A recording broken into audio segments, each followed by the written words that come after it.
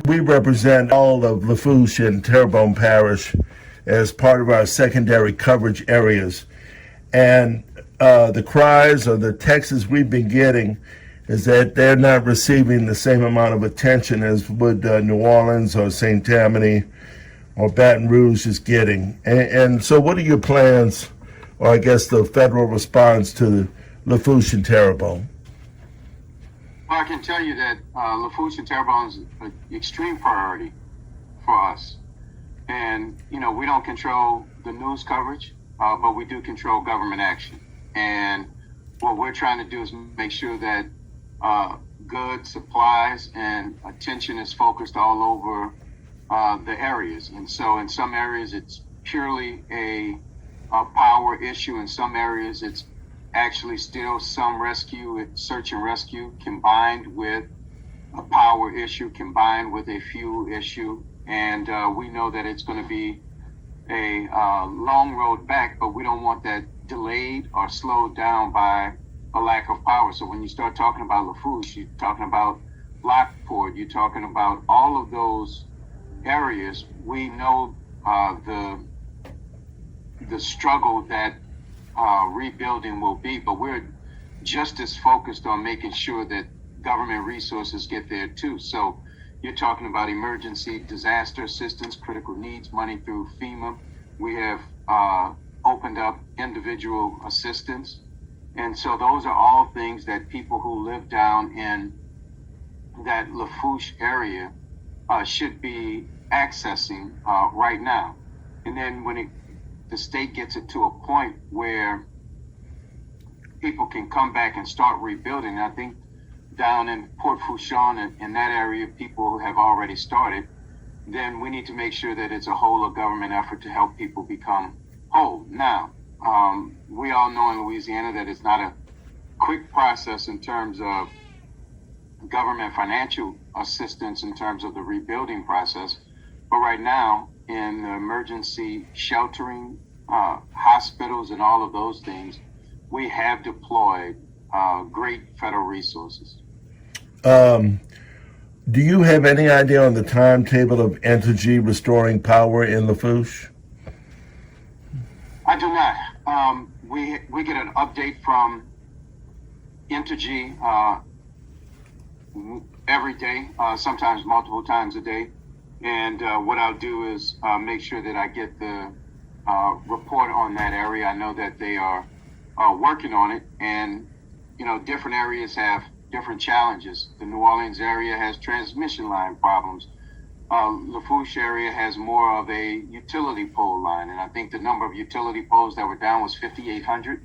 The number of transformers damaged was 1,400, and we have 25,000 crews in Louisiana getting transformers back online and getting utility poles fixed. So it's all hands on deck. Okay, and then over in Terrebonne Parish is Sleeka, and then of course the parish's own the Homa power plant. Any update on help with those areas? That 25,000 in terms of utility workers, they go across companies. It's not only helping Entergy, it's helping all of the utilities who need assistance. And so what we have indicated to all the utilities is if there's something that they think FEMA can provide for them, whether it's generators, whether it's other assets or material, then to let us know, because this is important to us. And so I have been talking to elected officials and making sure that we meet the needs of what people are asking for. It seems to have crippled our gasoline supply. Our studios are in Morgan City, for instance, and the lines of folks that are coming from Terrebonne and Lafourche, they're flocking here to get gas. What's the federal response on bringing fuel to our area? Gas is a problem all over the state, and I'll just tell you why. You have a number of refineries that are down. You have a lack of truck drivers with the ability to get gas to stations. You have gas stations that don't have power or generators to get the gas out of the tanks that they may have left over. And so from a federal standpoint, we have waived regulations. We've waived the standard on how much time truck drivers can drive every day. So we're letting them drive longer hours, deliver more gas. We have allowed them to deliver different types of diesel that they would normally get fined for using. And we are looking, and this is something that across government we are focused on in terms of figuring out creative ways to make sure that we can get gas from the refineries, from barges, from wherever we can find gas, so that we can get it to these stations, get these stations generators so that they can turn on. But this is not just a Lafourche Terrebonne problem. This is a problem all across South Louisiana. Okay. How do you see Fouchon recovering from this? Oh, it appears in a number of people, and including the federal government, have gone out and looked at rigs and all of the other fuel infrastructure, and we don't see at least visual damage to that fuel infrastructure, and we're going to need that fuel infrastructure back online.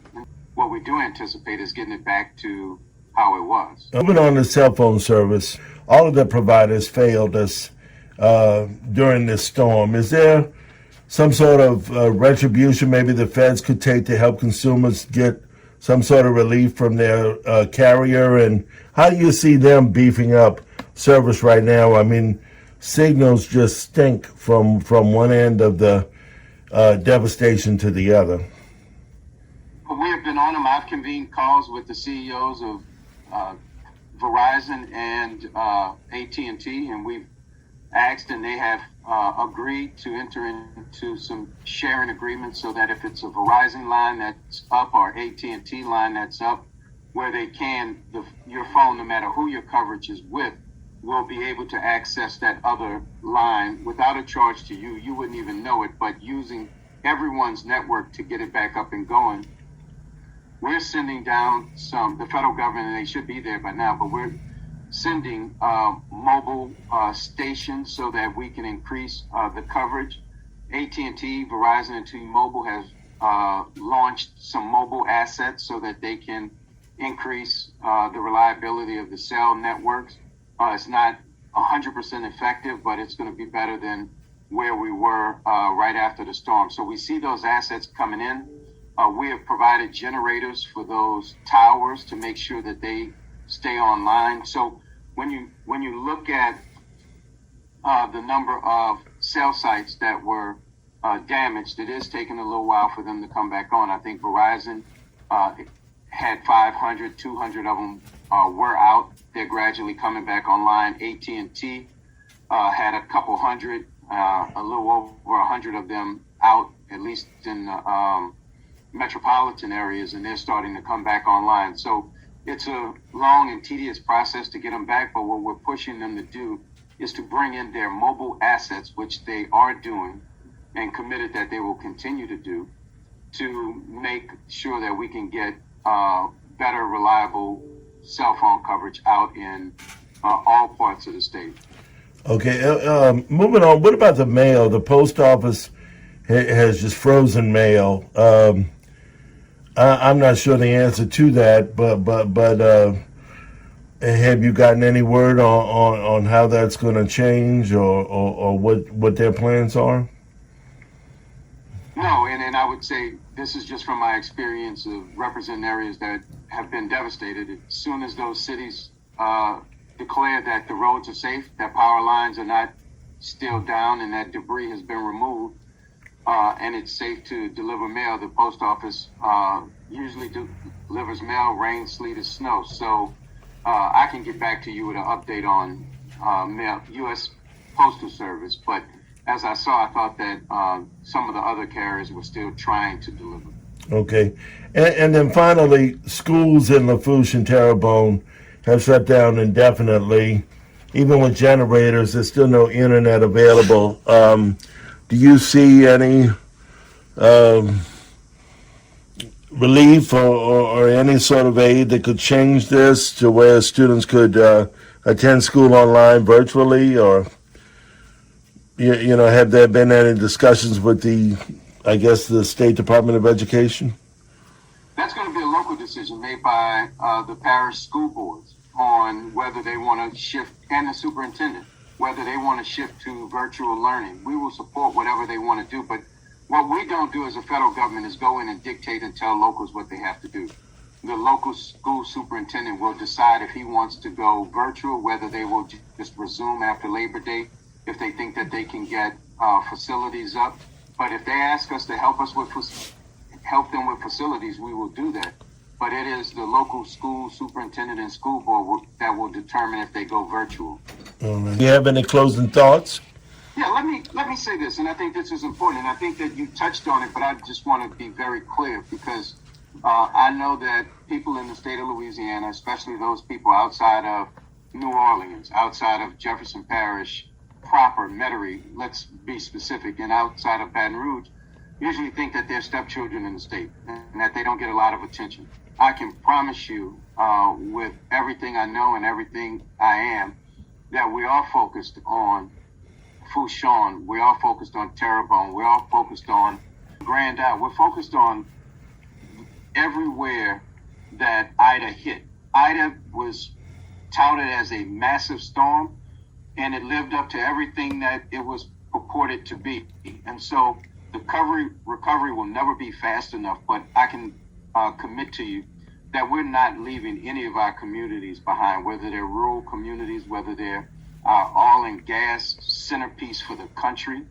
We're gonna provide resources, and so the president is coming down tomorrow, and we're going to look at devastation everywhere, and we're not going to limit it to the big cities.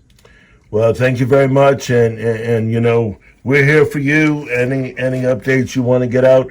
Myself, I'm going to let Pastor C stick in the window there. God bless you. Here I am here, and you know, we're here for whenever you need us. So thank you very much. Thank you, sir. Well, thank you. Look, this is what I'll commit to doing. I'll keep coming back and updating you as we have information, and we'll, even if you don't ask, we may contact you to say, look, we have some updates that we think people should need. The one thing I will just remind you, and you know it better than everybody else, so maybe I'm reminding your viewers, your listeners, power is information in situations like this. People have to make preparations and plans, and the more we can get them information, the more important it is. And that's why we specifically push those utility company CEOs to publicly start talking about when they thought they could bring electricity back on and where, so that people could make realistic and proper plans. So I'll commit to continuing to come back, and as much as you want me to. Thank you, sir. We appreciate you. God bless. God bless. Take care, sir.